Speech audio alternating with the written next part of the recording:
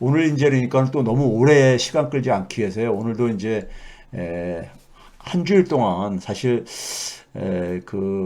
다룰 내용들이 에, 최경은 TV를 시청해 주시는 분들의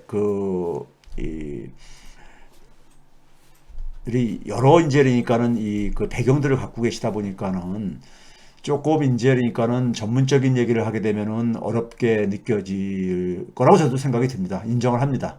그러면서 이제 그러니까는 사실 간단한 그러니까는 시사적인 경제 정보를 원하시는 분들도 있고 이제 그런 걸 알고 있습니다. 알고 있기 때문에 제가 그 뉴스공장이나 다스베이다에서 시사적인 것은 이제 간단히 이제 평을 해주곤 있고 그러는데 물론 모든 걸 다 해주지는 못하고 있지만요. 그래서 여기서도 같이 이제 좀 이제 병행을 할까 하고 있습니다. 지금 이제 우리나라 경제가요. 지금 미국하고 세계 경제하고 굉장히 그, 흐름이 그러니까는 과거에는 세계 경제하고 같이 움직이는 경향들이 있었는데 상당히 좀 탈동조화되는 이런 모습을 보이고 있습니다. 한국 경제가 지금 상당히 안 좋아지고 있습니다. 그래서 그거 몇 가지 좀 지적을 하면서 시작을 하도록 하겠습니다. 그래서 첫 번째는 암울한 경제 전망, 최악치 닿는 미국 무역 적자. 오늘 뉴스에서 그러니까 많이 소개되고 그랬기 때문에 많이들 들으셨을 겁니다. 비명을 지르는 국민 이렇게 이제 제목을 달아놨는데요. 먼저 이제 윤석열 정부 경제 성적표를 제가 몇 차례 보여줬는데 간밤에 나온 어저께 나온 이제는 IMF 이제 그 수정 전망치요. 세계 경제 수정 전망치가 나오면서 다시 한번 이제 그러니까 이게 이슈가 되고 있는데요. 윤석열 정부에서 그러니까는 그 무역 수지가 연간으로 그러니까는 역대 최고를 기록했잖아요. 지난해요. 5월 달부터 그러니까 12월 달까지 그러니까 집계를 그 윤석열 정부 기간 동안에 408억 달러 무역수 적자였었는데 이게 연간으로 최고지요. 연간 기록으로 최고입니다. 외환위기 직전에 그러니까 96년도에 한 206억 달러보다 이제 한 2배 정도 되는 거였었고요. 근데 1월 달에 이제 그러니까는 오늘 이제 그러니까는 수치가 나왔죠. 127억 달러 무역 적자. 이거 참 끔찍한 겁니다. 100억 달러가 넘었다는 건요. 한 달에. 이건 역대 그러니까 월간으로 최고고요.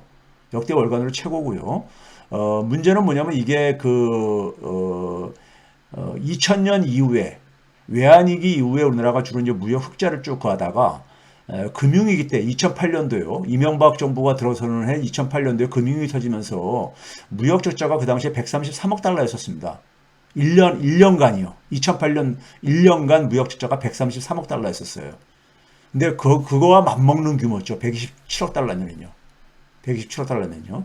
그러니까 지금 무역 적자가 상당히 지금 위험한 이거를 사실은 전문가들도 별로 그러니까 얘기를 안 하고 있고 뭐 얘기해가지고 찍힐까봐 그러는 건지 언론은 너무 그냥 저 기쁨전 노릇만 하고 있고요. 언론이 사실 지금 큰 문제입니다. 언론이 큰 문제예요. 언론이 이렇게 제대로 얘기를 안 해주고 있다 보니까는 정부도 그러니까는 뭐 그냥 소위 말해서 그러니까는 뭐 자기들 이속만 챙기는 일만 열심히 하고 있죠. 열심히 하고 있고요. 그다음에 성장률이 이제 그러니까는 간밤에 IMF에서 이제 그러니까 세계 경제 성장률 전망치가 나왔기 때문에 성장률 다시 한번 언급한다면요. 0.6%가 나왔는데 그리고 어느 분이 그래요. 뭐 저기 작년에 무역 적자 그러니까 400억 달러 넘게 윤석열 정부 기간 동안에만 400억 달러 이상이 그러니까 무역 적자 된 걸 가면은 세계 경제 다 나쁘지 않았느냐 뭐 이런 얘기를 하고 그래요. 아닙니다. 우리가 팬데믹 기간에도요, 2020년 코로나 팬데믹 기간에도 마이너스 성장하면서도 무역 흑자는 450억 달러 됐었어요. 네? 그리고 독일이나 우리나라처럼 그러니까 무역 흑자를 주로 기록하는 나라들 대부분이 무역 흑자가 여전히 달성을 했습니다. 지난해에요.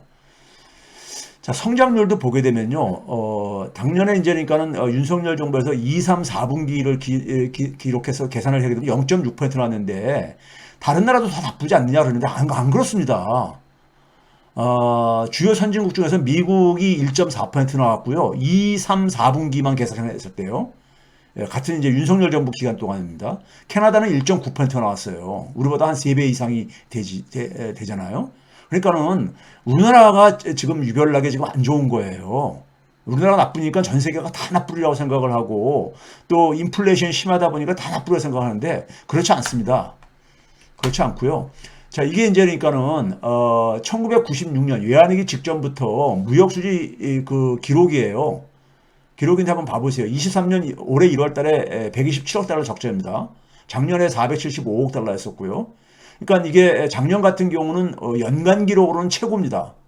역사상.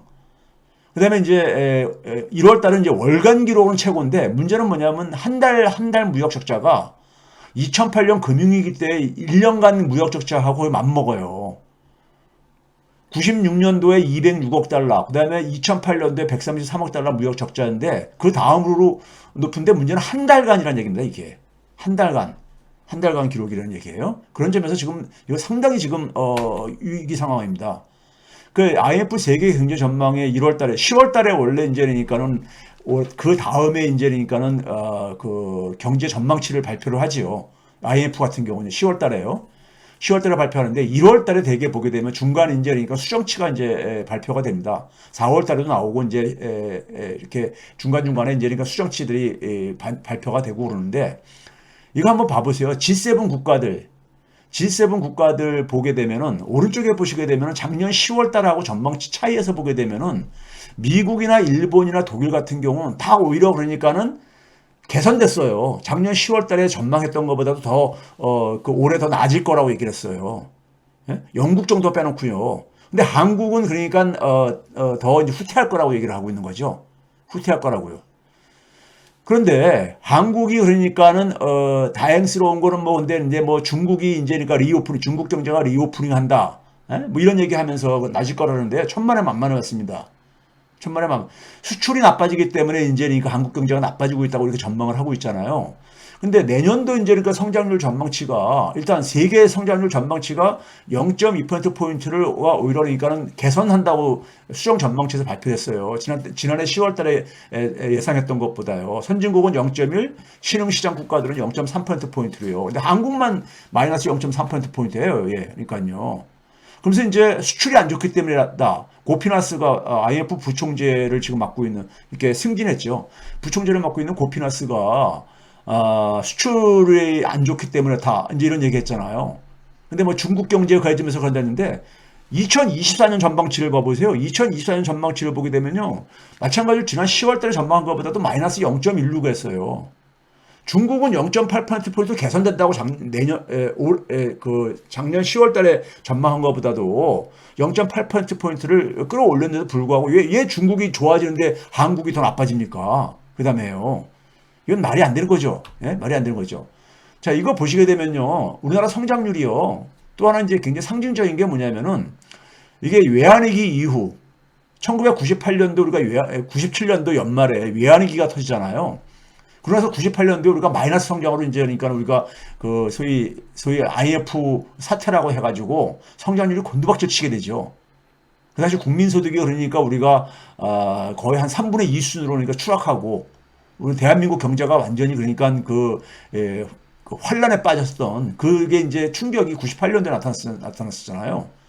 그때부터 해가지고 그때 일본보다 그러니까 성장률이 우리가 더 나빴었습니다. 그리고 나서 2021년도까지는 일본보다 성장률이 항상 우리가 우위였었어요. 98년도 이후부터요.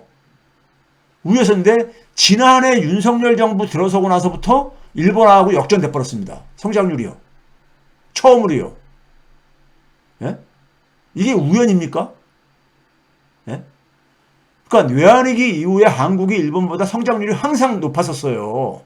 지난 그러니까는 20년 넘게요.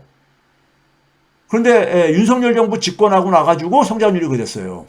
일본은 아직 4분기 성장률이 확정이 안 됐지만은 성장률 2월이냐 중순경에 나올 텐데 확정치가 안 나왔지만은 2분기까지만 아니 3분기까지만 일단 계산했을 때도 0.9%예요. 0.9%입니다. 시장에서 전망하는 것은 1.7% 정도로 전망을 하고 있더라고요. 내년도도 그러니까 일본이 우리보다 높게 전망이 되고 있잖아요. IMF에서요. 예? 윤석열 정부 들어서가지고 갑자기 일본보다 한국이 그러니까 더 낮아졌어요. 성장률이요. 지난 20년 이상 동안에 그러니까 한국이 한 번도 일본한테 성장률이 그러니까는 낮은 적이 없었는데, 자, 시간이 없으니까 갈게요. 추경호가요, 이걸 사상 최대 무역 적자가 에너지 수입 증가하고 반도체 급락 때문이다 그러는데, 이거요. 정확한 얘기 아닙니다. 이런 식으로 장관이 맨날 얘기하고 하니까 딴 데다가 저기 다 외부 환경에 돌리는 거잖아요. 에너지도 그러니까는 에너지 가격이 그러니까 상승을 해가지고 석유 가격 상승을 하고 반도체도 그러니까 세계 경기가 안 좋아가지고 전부 다 외부 환경에 돌리는 거잖아요 지금요. 예? 근데 한번 봐보세요. 에너지 한번 봐봅시다. 에너지 보시게 되면요. 작년 1월 달하고 올해 1월 달하고 보게 되면요. 에너지 수입액이 줄어들었어요. 작년 1월 달보다도요. 줄어들었습니다. 석유의 저거인 원유 같은 경우는 거의 8억 달러나 줄어들었어요. 수입액이요. 왜 그렇습니까요? 유가가 그러니까는 많이 떨어졌기 때문에 그런 겁니다. 유가가. 가스는 그러니까 가스 확보 때문에 그러면서 이제 그러니까는 선물 결제한 것 때문에 좀 증가했지만은, 예?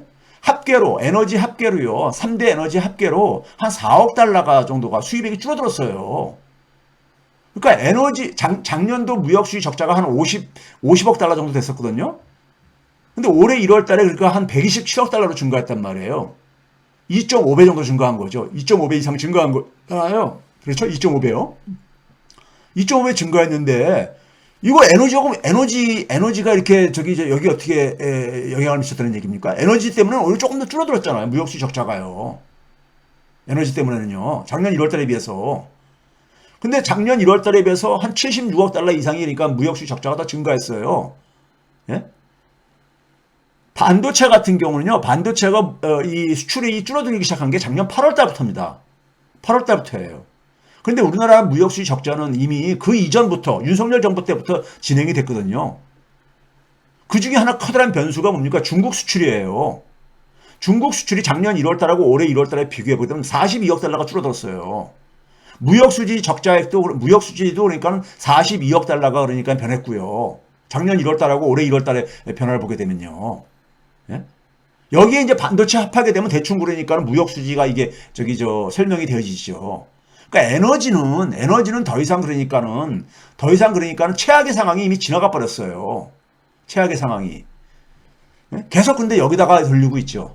그러면서 이제 하는 얘기가 뭐냐면 주로 이제 방산 수출하겠다. 방산 수출 얼마나 그거 가지고 수출액을 증가시킬 수 있는지 저는 모르겠어요.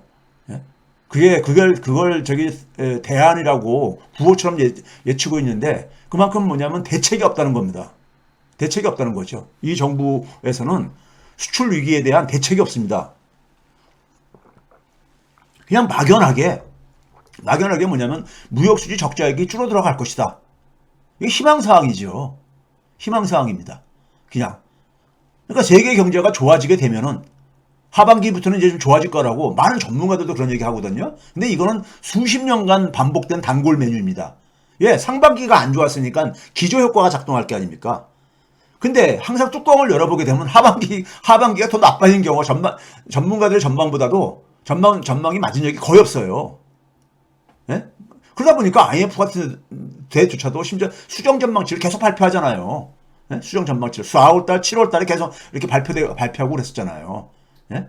그러니까 하반기에 그렇게 나아질 것이라는 이거 그냥 막연한 하나의 희망사항처럼 이렇게 이거 매년 하는 얘기잖아요. 매년. 예? 과거 한번 찾아보세요. 매년 하반기에 낮인데 예? 이런 식의 얘기. 예? 자, 그 다음에 뭐냐면은 작년도 5월 달부터 11월 사이에요. 실질임금이 27만 원 감소했습니다. 그 고용노동부에서 그러니까는 사업장 조사 보고서가 나왔는데 11월 달 거까지 집계를 했습니다. 5월 달부터 11월 달까지 실질임금이 계속 한 달도 빼놓지 않고 마이너스가 진행됐습니다. 그 전년도 문재인 마지막 해인 21년도에는 플러스가 진행됐던 거예요. 실질임금이요. 실질임금이. 여러분들 피부는 느낄 거예요. 대부분 이제 그러니까는 노동자들 같은 경우들은 월급쟁이들은 다 느낄 겁니다. 실질임금이 마이너스가 진행되고 있어요. 12월 달, 1월 달은 더하죠, 지금요. 더한 상태입니다. 아직 수치가 집계가 안 돼서 그렇지. 그러니까 사람들이 죽겠는 거죠. 죽겠는 거예요. 그게 사실 통계 수치가 보여주고 있어요.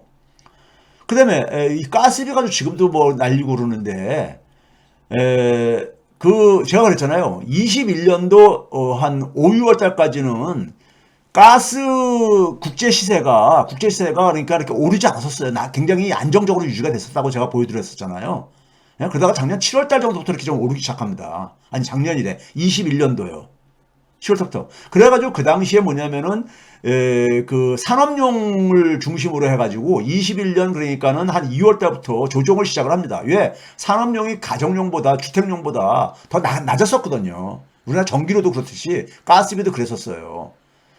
그래서 그 이 균형적인 차원 속에서 그 사업용을 먼저 좀 이렇게 올리고 그랬었어요. 그리고 2021년만 하더라도 코로나 팬데믹으로 여전히 어려운 상황이었잖아요. 예? 어려운 상황이다 보니까는 올릴 수도 없었던 것이고요. 그러다가 이제 그러니까는 그 올해 들어와 가지고 그러니까는 조금씩 이제 가다가 선거 끝나고 나서 4월 달부터 이제 그러니까는 주택용도 조금 올렸죠. 여기 수치 보여다시피 1.6567원 올린 겁니다. 예? 1.6567원. 그 단위 이제 그 가스 그 단위 있잖아요. 단위는 뭐 얘기를 안 하겠습니다. 근데 이때 왜 4월 1일로 올렸냐면은 대선 기간에 올리고 뭐 그런 거면 대선에 영향을 미칠 수 있고 그러니까는 참았다가 올린 거예요. 올렸다가 5월 달에도 그러니까 좀 올렸잖아요. 문재인 정부에서 그러니까 4월 달, 5월 달 조금씩 올린 거예요. 그래서 한 전체적으로 1월 달에 비해 가지고 한 1.66원 정도 올린 거예요. 그리고 이제 5월 달 이후에는 윤석열 정부 저거잖아요. 예? 근데 그 6월 달에는 동결합니다. 6월 달에. 제가 이게 그런 거예요. 지방선거를 의식해가지고 그 당시 많이 올라가기 시작했었거든요. 가스비는 국제 시세하고 환율이 결정합니다. 예? 환율도 굉장히 많이 오를 때였었잖아요. 작년에요. 근데 동결을 해버린 거야. 그리고 지방선거 끝나면서 이제 확 올립니다. 지방선거 끝나고 확 올린 거예요. 그런데 뭐냐면은 아직 겨울이 안 들어오다 보니까는 가스 소비가 많이 없다 보니까 피부를 못 느꼈던 거예요. 일반 시민들이. 예? 그러다가 이제 그러니까는 겨울 되면서 1월 달에 이제 그러니까 이게 그러니까는 그 일반 시민들이 폭탄을 느낀 거죠. 우리 언론 중에서 제일 그러니까 제가 이제 그 칼럼에다가도 혹한도 문재인 정부 탓이다 하면은 조선일보가 뒷받침해 줄 거다 논리를 만들어서 이런 얘기 했는데 조선일보에서 이제 가스공사의 최연애 사장을 인터뷰를 한 게 기사가 나왔더라고요. 나왔어요. 최연애 사장은 사실 이 가스 이쪽에 그러니까 전문가가 아니에요. 이분이 제가 알기로는 그 경영학을 했는데 주로 뭐냐면 운수 경영 이런 거 했어요. 그래서 이제 그 저기 저 뭡니까 저기 저 KTX 철도공사인가 거기 그 이명박 때인가요? 박근혜 때인가요? 사장으로 한번 가서 민영화하면서 굉장히 그 당시에도 시끄러웠던 걸로 제가 알고 있는데 이 양반은 가스하고 아무 관련 저기 그 전문가도 아니고 그럽니다. 근데 이거 인터뷰하면서 뭐 이 양반은 비례대표도 했잖아요. 국회의원으로요. 예? 그러다 보니까는 굉장히 정치적인 정치인이 가가지고 이제 그러니까는 그 공공기관에 내려가가지고 소위 말해서 그러니까는 그 이 자리 하나 챙긴 거죠. 챙긴 건데 탈원전 탓에 이 윤석열 정부는 모든 걸 탈원전으로 돌리고 있잖아요. 뒤에 이제 자료를 보여드릴게요. 탈원전하고 아무 관계가 없어요. LNG를 더 수입해가지고 자본이 잠시 상태래. 근데 먼저 여러분들 가스라든가 전기 같은 경우는요. 이게 이제 우리가 공공기관에서 이제 하고 있잖아요. 이게 공기업이 한다는 얘기는 수익을 추구하는 게 아니에요. 이 가스공사도 가스공사 법을 보세요 한번요. 가스공사법 쉽게 검색이 됩니다. 이명박 정부 때 이게 그러니까 개정을 한 거예요. 일종 목적을 봐보세요. 가스공사 설립하는 목적을 뭐라고 했냐면은 가스를 장기적으로 안정되게 공급할 수 있는 기반을 마련하는데 그 목적이 뭐냐면 국민 생활의 편익 증진과 공공복리 향상에 돼 있어요. 공공성이지요. 돈 벌려고 만든 데가 아니에요, 여기요. 돈 벌려고 만든 데가 아닙니다. 그러다 보니까는 가스 요금 오른다고 해서 국제시세 가스값이 오른다고 해서 그냥 막 올리면 국민들이 굉장히 불편하고 힘들 게 아닙니까? 그렇게 하지 않겠다는 거예요. 그래서 공기업으로 하는 거죠. 그렇지 않으면 이걸 다 민영화해가지고 민간은 하게 하죠, 이거를요. 못하러 가겠습니까? 석유처럼요. 그렇죠? 가스공사 법을 먼저 가스공사는 기본적으로 가스공사가 가스를 수입을 해가지고 이제 그러니까 지역에 있는 소위 말해서 가스 사업자들한테 배분을 해주는 방식이거든요. 예? 그때 이제 그러니까는 그 원가를 이제 그러니까는 가스공사가 산자부에 이제 승인을 받아가지고 책정을 한단 말이에요. 근데 이거 봐보세요. 이게 이제 가스공사에 그러니까 우리가 그 재무제표를 제가 이제 그 관련되는 지표만 이렇게 좀 정리한 겁니다. 정리한 건데 보게 되면은 일단 영업이익이라는 것은 영업을 통해서 이익을 본 거고, 당기순이익은 그 해당 기간에 이제 그러니까 이익을 받냐 손실을 받냐 이거잖아요. 이익을 받냐 손실을 받냐 이거잖아요. 그런데 순이익을 보게 되면요, 순이익을 보게 되면 당기순이익이나 거의 이제 비슷한 건데, 순이익을 보게 되면요, 당기순이익하고 이제 거의 같은 이제 개념이기 때문에 보시게 되면요, 여기 이제 그러니까 무슨 뭐 세금이라든가 이런 거 좀 이제 제외한다면요, 당기순이익이라는 것은 이제 법인세 내고 난 이후에 이제 그러니까는 그 모든 이제 그러니까 이익을 합쳐놓은 거잖아요. 2017년하고 2010년 정도에 그러니까는 손실을 봤었어요. 손실을. 뭐 여러 가지 이유가 있죠. 여러 가지가 이유가 있는데, 근데 나머지 기간 2018년, 2019년, 2021년, 2022년에는 이익을 실현하고 있어요. 이익을. 이게 단위가 100만 원이기 때문에, 예를 들어서 2018년 같은 경우 보게 되면 결산 때 보게 되면 5,267억 원을 그러니까 이익을 봤다는 얘기인 것이고요. 2020년대는 결산 이 코로나 팬데믹이 있었던 첫 해잖아요. 이때는 뭐냐면은 한 1,607억 원 정도 그러니까는 손실을 봤다는 얘기예요. 이익을 실현 못했다는 얘기예요. 왜? 2020년도 그러니까 이 상황 속에서는 그러니까 이 코로나 팬데믹이라는 특수한 상황이 있었잖아요. 근데 이게 여러 가지 요인이 있는데요. 여러 가지 요인이 있는데, 가스 요금을 그러니까 이 당시 기간에는 크게 올릴 요인도 없었다는 이 얘기를 먼저 지난 시간에 말씀을 드렸잖아요. 근데 오늘 이제 말씀드리고 싶은 것은 뭐냐면은, 자, 이 가스공사와 관련해 가지고 최근에 그러니까는 미수금과 관련해서 부채 비율이 굉장히 많다 뭐 이런 얘기를 하고 그러잖아요. 예? 근데 부채 비율을 보게 되면요, 2017년부터 2021년, 2022년 상반기까지 보시게 되면은요, 거의 안정적이었었어요. 안정적이었잖아요. 350% 안팎에서요. 부채 비율이요. 예? 부채 비율이요. 그런데 22년도에 그러니까 한 437%로 증가할 거다. 이제 보고서가 나옵니다. 이게 뭐냐면은 2022년 작년도 8월 달에요. 8월 달에 윤석열 정부에서 공공기관 중장기 재무관리 계획을 갑니다. 공공기관들 그러니까는 빚들 그러니까 있는 거 이런 것들 그러니까 가겠다고 하고 어떤 자산을 매각하고 이런 거와 관련해 가지고요. 11차 공공기관 운영위원회에서 2022년도가 되게 되면은 부채 비율이 한 437%로 그러니까 증가할 걸로 예상된다. 이런 보고서를 냈어요. 기재부가. 윤석열 정부에서요. 근데 이 부채 비율과 관련해 가지고 여러분들 가스공사에서 제출한 그러니까 기재부에다 제출한 그 5년간 중장기 그러니까는 재정 건전화 계획을 기재부에다 제출합니다. 각각 공공기관들이요. 자기들 어떻게 이제 건전화 시키겠다는 것을 얘기를 해요. 그때 그러면서 2021년도까지는 한 380% 정도 됐었는데 이게 484%로 이게 2021년도까지 이게 증가할 거다. 뭐 이런 식의 이제 얘기가 나온 거예요. 그래서 이제 목표치는 한 437%가 줄이겠다. 뭐 이런 식으로 이제 간 거예요. 근데 이것과 관련해 가지고 당시에 이제 YTN에서 보도를 한 게 뭐냐면은 이 이명박 정부 때 가스 애교 있었잖아요. 가스 애교. 이 가스 애교와 관련해 가지고 이명박 정부가 당시에 그 해외 나가 가지고 자원 애교 한다면서 굉장히 많이 그러니까 뭐 사들이고 투자하고 그랬잖아요. 그때 투자비가 가스와 관련된 투자비가 가스공사가 투자한 돈이 한 1조 한 6천억 원 정도 됐었어요. 근데 여기서 그러니까 이걸 다 그러니까 제대로 그러니까 이 사업성이 없어가지고 결국은 이걸 다 매각하기로 이제 가스공사가 하고 매각할 때 자기들이 해소할 수 있는 돈을 계산해 보니까는 한 600억 원 정도뿐이 안 되더라 이거예요. 1조 6천억 원을 투자해가지고 600억 원뿐이 안 된다. 이런 계산이 나온 거예요. 이게 뭐냐면 가스공사의 자료입니다. 가스공사. 이걸 이제 YTN에서 보도를 한 거예요. 예? 보도를 한 거예요. 그러니까 한 1조 5천억 원 이상이 그러니까 손실을 본 거죠. 이명박 정부에서.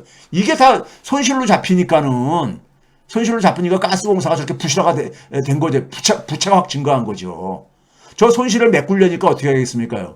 뭐 저 채권 발행하거나 이렇게 돼야 될 게 아닙니까? 예? 1조 6천억 원의 손실을 이명박이 그러니까 사고 쳐서 만드는 거예요. 자기들이. 그 다음에 탈원전 때문에 가스 수입량이 증가됐대요. 제가 오늘 주제가 있기 때문에 좀 빨리 하겠습니다. 한국과 관련돼 가지고. 자, 이거 보시게 되면요. 가스 수입량입니다.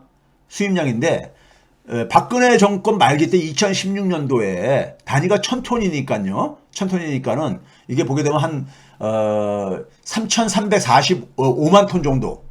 에서 2021년도 문재인 정부 이제니까 마지막 해라, 사실상 마지막 해에는 4,593만 톤으로 많이 증가했죠. 한 1,200만 톤 정도 증가했단 말이에요.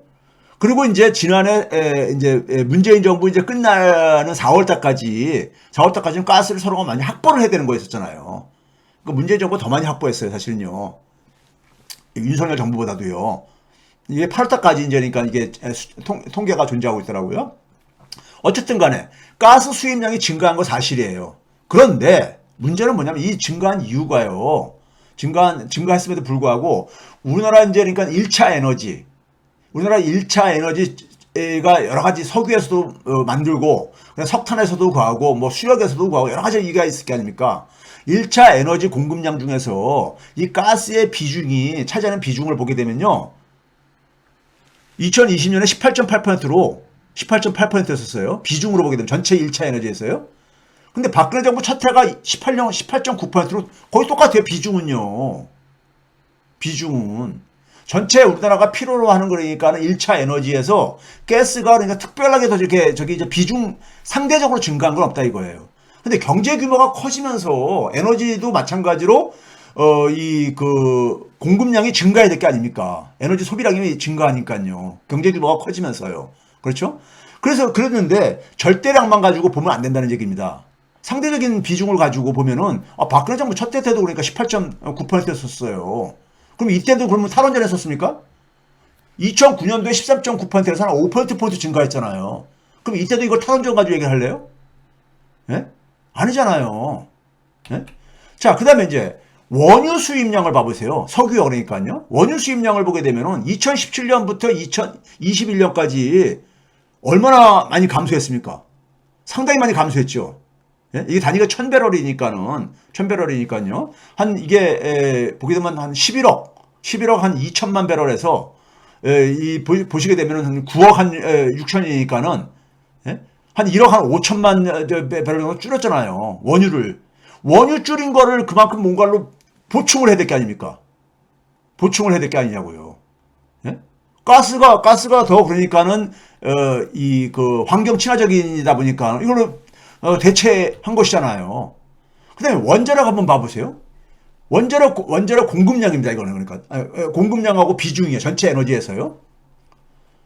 자, 2018년도에 9% 정도도 안 됐는데, 2020년에 12% 정도까지 증가시켰잖아요. 비중이. 원자력 공급량이요. 원자력은 탈원전은 시작도 안 했단 말이에요. 예? 시작도 안 했었죠. 여기 지금 보시게 되면은 2009년도부터 그러니까는 그 박근혜 정부 출범하는 2013년도까지 많이 줄어들잖아요. 13%에서 10.5%까지. 그러면 이 당시에 그러면 이명박 정부에서 탈원전 했다고 자기들 얘기하냐고요. 예? 아니잖아요. 저는 말도 안 되는 얘기를 가지고 이 사람들은 참 어이가 없어가지고요.